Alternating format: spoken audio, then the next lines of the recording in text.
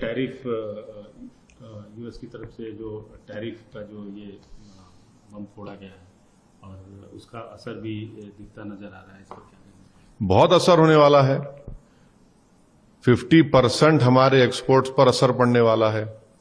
60,000 करोड़ का हमारा motor parts का जो एक्सपोर्ट है, ज्वेलरी, जेम्स, रेडीमेड गारमेंट्स, ये बुरी तरह मुतासर होने वाले हैं। और अफसोस की बात यह है कि फरवरी में हमारे प्रधानमंत्री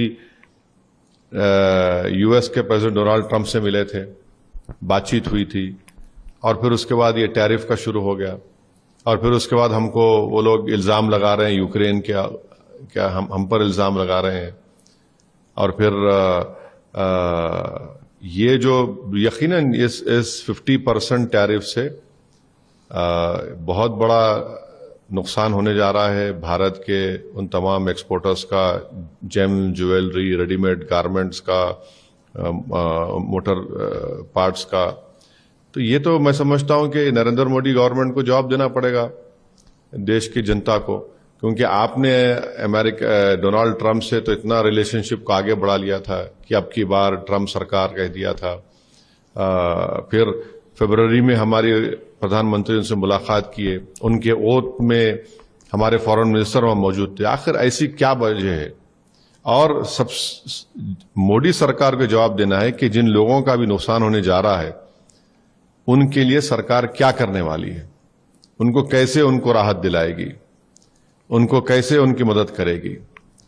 तो ये, और फिर बार बार जी जो अमेरिका के जो नवारो, जो उनके जो जिम्मेदार हैं, वो भारत पे इस तरह की तनकीद कर रहे हैं।